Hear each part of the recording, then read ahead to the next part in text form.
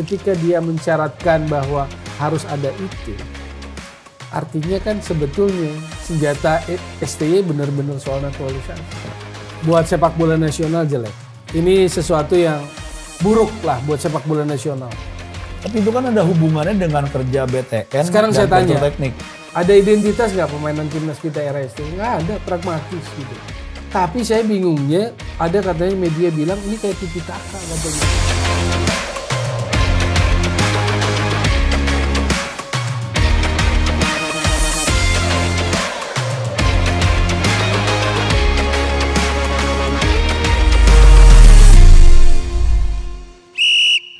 Itu mungkin persis sama kayak kebanyakan komentator kita bilang memanfaatkan tinggi badan, pentingnya sama. Bung Toel, tapi kalau berkaca dari Piala Asia yang kemarin kan, Sintayong diberi target 16 besar dari 3 game itu kan, seri lawan Irak, menang Vietnam, kalah lawan Australia. Nah kalau hitung-hitungannya nih, lolos 8 besar. Nah hitung-hitungannya kalau Qatar, Australia, Jordan terakhir. Semua berat ya. Nah itu di mana tuh? Kalau mau hitung-hitungan poinnya dari mana tuh? Timor Leste. Ya minimal kan 2 kali menang atau menang dan draw itu 4 minimal poinnya ya. Itu pun masih lihat situasi karena kan ini juara dan runner up aja yang diambil. Ya. 8 besar kan. Jadi gak gampang lah. Cuma persoalannya apapun kan dia pelatih tim nasional. Jangan excuse di depan dong. Kelihatan sekarang excuse di depannya adalah alasan dalih di depannya ada syarat itu. Di bold syarat, ya. Iya.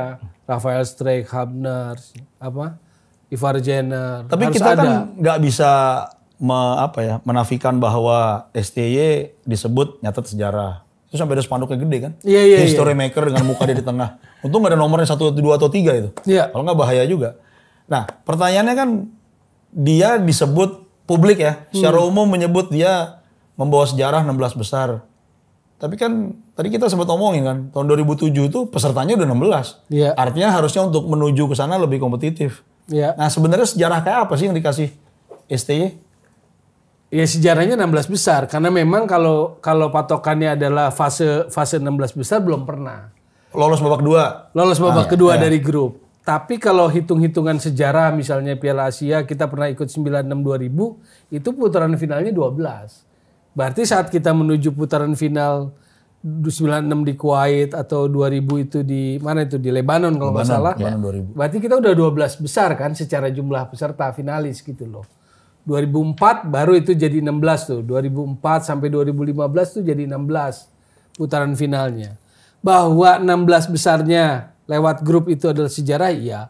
Cuma makanya kalau orang bola atau PSSI atau Exco apakah cuma hanya lihat 16 besarnya atau dia harus lebih detail.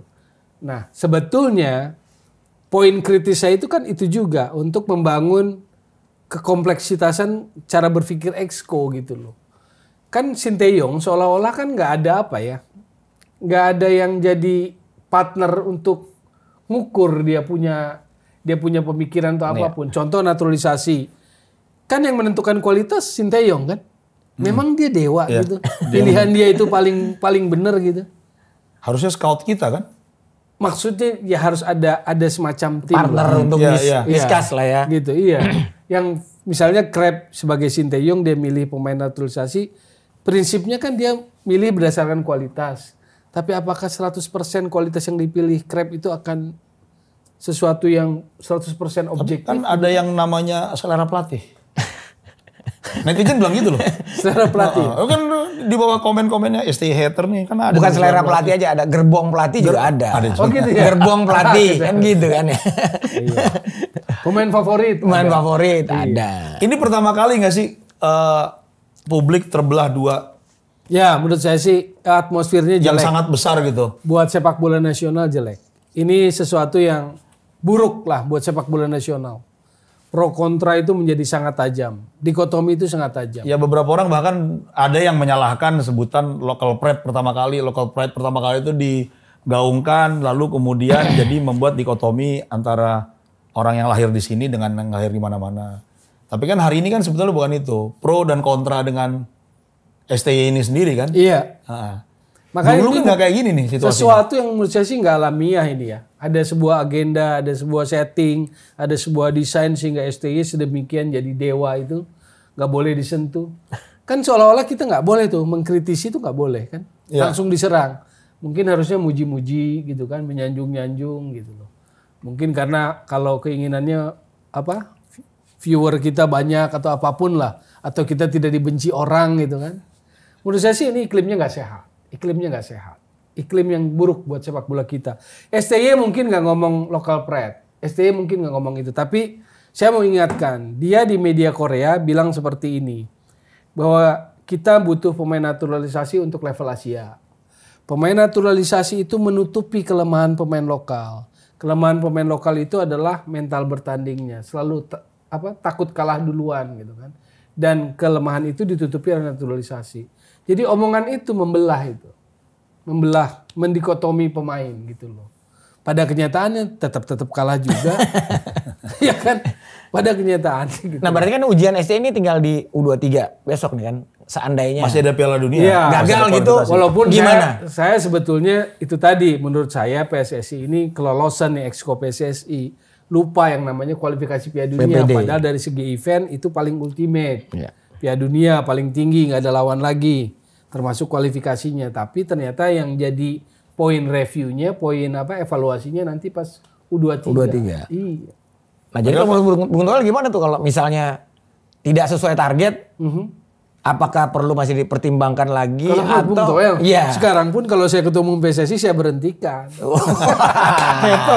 Kalau buat saya. Ramai nih. Tapi kan kalau ketua umum PSSI Erick Thohir ini kan fair gitu kan. Dia bilang saya profesional gitu kan. Saya selesaikan yang kontrak yang sudah disepakati sampai Juni kan begitu. Cuma kan yang kemarin itu kan ngaco, makanya menurut saya baru kalah baru menang dari Vietnam 1-0, keesokan harinya langsung media bahkan ada yang menyampaikan video terbuka minta perpanjangan kontrak, kan nggak masuk akal itu. Ya nggak, tapi kan kalau Tapi bilang Ini kalau kita ngomong hitung-hitungan nih, kemarin kan targetnya STY seri lawan Irak, kalah sama 4 poin lah, 4 poin. Ya 4 poin itu. Nah, sekarang kan akan ketemu Irak nih. Dia Ketemu Irak. akan ketemu Irak. Oh iya, PPD. Piala Dunia kan? Ya. Akan ketemu Irak. Artinya dia punya target seri atau menang bahkan kan di sini. Lalu kemudian kan seperti biasa mengandalkan dukungan penonton. Penonton nggak ikut main tuh. Nah lalu kemudian lawan Vietnam punya modal STY. Cuma STY pertama kali setelah bertahun-tahun bisa ngalahin. Artinya setelah Vietnamnya bukan Pak Hang Seo. artinya kan ada hitung-hitungan bisa ngalahin mereka 2 kali. Lalu kalau Filipina entah ya hitungannya seperti apa. Nah sebetulnya peluang kita ada nggak sih dengan STY Piala Dunia? Berat sih menurutku. Tetap Karena berat, dia harus sapu kemenangan di kandang kan. Iya. Dia harus sapu kemenangan di kandang 3 kali. Ada 3 ya, lawan ada 3 match Vietnam, kandang. Irak sama Filipina. Menurutku sih bisa miss nih. Contoh Irak. Irak waktu di Basra 16 November kita kalah 1-5. Possession kita 3-3, Irak 6-7. November, 16 November. Piala Asia 15 Januari, ada 2 bulan. Memang dari skor kita berkurang kalahnya 1-5. Tapi possessionnya sama loh, 3-3, 6-7. Pertanyaannya, 2 bulan, ini kalau orang bola kan begitu nih. Saya juga diajari sama pelatih, cuma pelatih nggak mau ngomong langsung. Karena itu tadi dibilang lokal pride. Jadi diskusinya sama saya ngomong nih sekarang. Dalam kurun waktu 2 bulan, November ke Januari, apa yang dikerjakan oleh STY? Tetap loh 3-3, 6-7, parkir bus. Dan kalau nggak salah pertandingan pertama Irak udah ada pemain baru kan? Pemain naturalisasi baru kalau nggak salah udah ada kan? Strike udah main kalau nggak salah. Strike udah kan? Iya udah main di. Yang berubah di Piala Asia cuma Justin Hubner aja. Iya sebenarnya. Tambahannya itu. Ivar. Tapi dari sisi statistik aspek-aspek bola sebetulnya nggak banyak yang berubah. Kecuali golnya aja yang lebih sedikit, cuma 3 gol. Gitu loh. Artinya bahkan berhadapan artinya dengan kita Vietnam. mau kritis nggak lihat itu semua gitu. Kalau buat saya, kalau Exco itu harus kritis. Bahwa dia harus komplek mikirnya, harus jelimet, ya emang itu tugasnya Exco. Kalau nggak mau jelimet ya kayak kita, 16 besar. Komen. Kita pun udah lama di bola. Benar. Kayak di luar lah begitu. Mikirnya. Tapi memang Exco tuh harus jelimet, harus komplek. Supaya apa? Ya kita nggak dibodoh-bodohin aja, intinya itu aja. Kan udah lama nih nonton bola. Dari tahun berapa kan? Iya, Kakak kelas kan berarti tuaan. Nah, bukan pertanyaannya adalah ada banyak pelatih tim nasional di Indonesia. Iya. Kalau STI bukan pelatih yang sukses, siapa pelatih Indonesia tim nasional kita yang paling sukses? Yang pernah dilihat ya? Pernah dilihat? Iya, yang nggak pernah, yang macam siapa tuh Poganik nggak usah diomongin. Iya. Itu cuma katanya Poganik, doang. Pulver nggak boleh diomongin. Yang katanya nggak usah kita omongin. Yang kita Berce tahu lah aja. kalau menurutku. Yang paling sukses.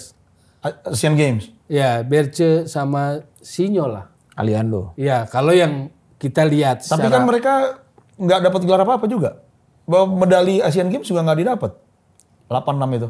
keempat kan? Iya, nggak ada medali kan? Kan nomor 3. Nggak ada medali. Iya. Nggak, maksudnya kan sama nih. Sekarang juga lolos aja, nggak juara. AFF pun nggak Peringkat oke kan? Keempat Asian Games. Belum pernah terulang lagi. Kedua nggak ada naturalisasi juga. Nggak banyak drama seperti sekarang. Om Berce juga almarhum nggak banyak pencitraan gitu kan. Pemain-pemain juga akhirnya muncul dari situ jadi juara SEA Games 87 tuh. Dari 86 tuh 87 juara. Ya, Iya. juara. Robi Darwis kan, Ribut Waidi itu generasi dari 86 Berce tuh ke 86 ke 87. Sebelumnya kan Sinyo Aliando di 85 kan yang nyaris itu. Karakter lah ada menurutku sih. Karakternya. Bahkan dibandingkan tim 91, 2 orang ini lebih. Iya. Dibanding Polosin itu. Betul. Dari sisi main kan ada karakternya, ada identitasnya. Contoh misalnya kalau kita bicara parkir bus kemarin di Piala Asia, ya mohon maaf 2009-2010 Benny Dolo, mendiang almarhum Om Cing, ya ketika lawan Asia yang lebih tinggi ya parkir bus. Cuma dia kan nggak didukung oleh naturalisasi, nggak didukung oleh fasilitas yang luar biasa. Jadi sebenarnya pemain lokal pun kita pun bisa sebenarnya melakukan Ya hal kalau yang cuma sama. parkir bus. Parkir gitu bus. loh. Terus bedanya apa dengan 8 naturalisasi dan keturunan kan apa bedanya kan kita mau lihat itu. Kan nggak ada kalau menurut saya sih parkir bus mainnya. Kecuali yang lawan Australia lebih lepas tuh. Di babak pertama lawan Australia 16 besar menurut saya sih itu lebih lepas. Nggak parkir bus banget lah. Tapi kalau lawan Irak, lawan Jepang parkir bus itu.